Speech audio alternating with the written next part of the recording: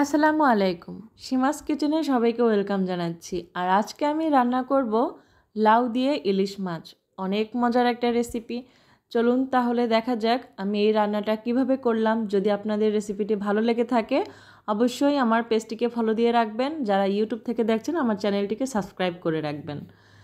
তো দেখেন আমি এখানে প্রথমেই ইলিশ মাছ নিয়েছি, হালকা একটু হলুদ গুঁড়া, মরিচ গুঁড়া আর লবণ মাখিয়ে তেলে এপাশ ওপাশ উল্টিয়ে জাস্ট হালকা একটু ভেজে নিলাম।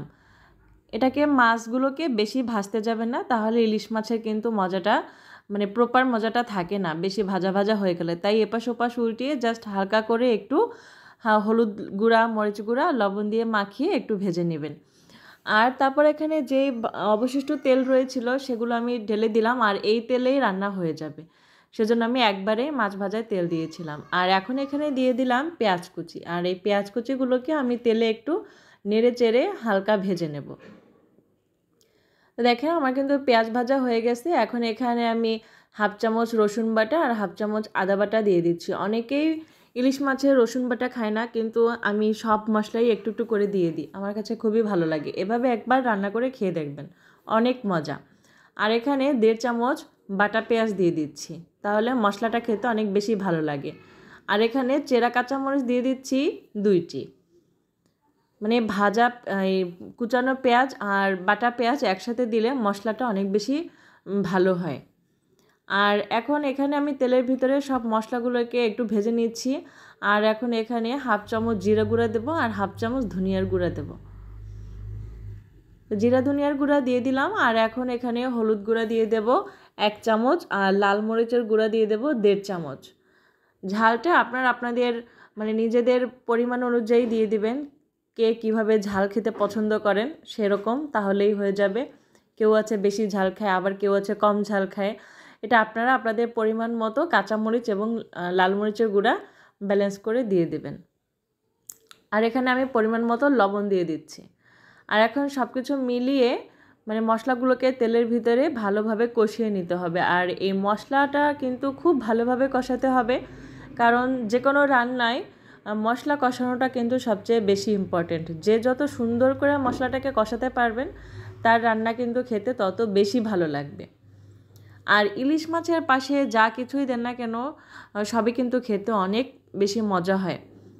তো লাউ দিয়ে রান্না করেছি ইলিশ মাছ আজকে। আমি অনেক সময় বেগুন দিয়ে রান্না করি, তারপর কচুরমুখী দিয়ে রান্না করি, কাঁচা কলা দিয়ে রান্না করি। আজকে আমি লাউ দিয়ে রান্না করছি, তো চিন্তা করলাম যে লাউ দিয়ে রান্না করছি, এই রেসিপিটা আপনাদের সঙ্গে শেয়ার করি। ইতিমধ্যে আমার মশলাটা কষানো কিন্তু শেষ হয়ে গেল।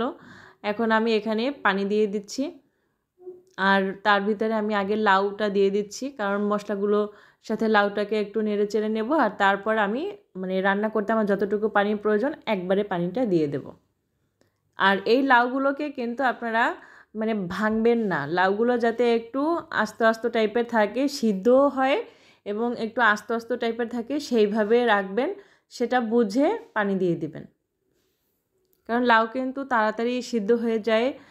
সেইটা বুঝে পানি দেবেন যে লাউটা ভাঙবে না, সিদ্ধ হবে, আর সেরকম বুঝে পানি দিয়ে দিবেন। আর লাউগুলোকে একটু বড় করে কাটার চেষ্টা করবেন, যেহেতু মাছের পাশে লাউটা দিলে একটু সামান্য মোটা করে কাটবেন, তাহলে সেই লাউটা খেতে কিন্তু বেশি ভালো লাগবে। আর এখন ঢাকনা দিয়ে ঢেকে দিচ্ছি, আর কিছুক্ষণ পরে এসে দেখাচ্ছি। এখন পানিটা খুব ভালোভাবে ফুটছে, আর পানিটা যখন একটু টেনে এসেছে তখন আমি এখানে সেই আগে থেকে ভেজে রাখা মাছগুলোকে দিয়ে দেব।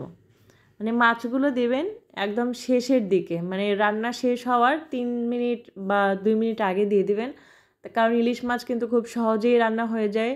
আর তাছাড়া মাছগুলোকে বেশি আগে দিলে কিন্তু মাছটা নরম হয়ে যাবে, তখন আর প্রপার মজাটা থাকবে না।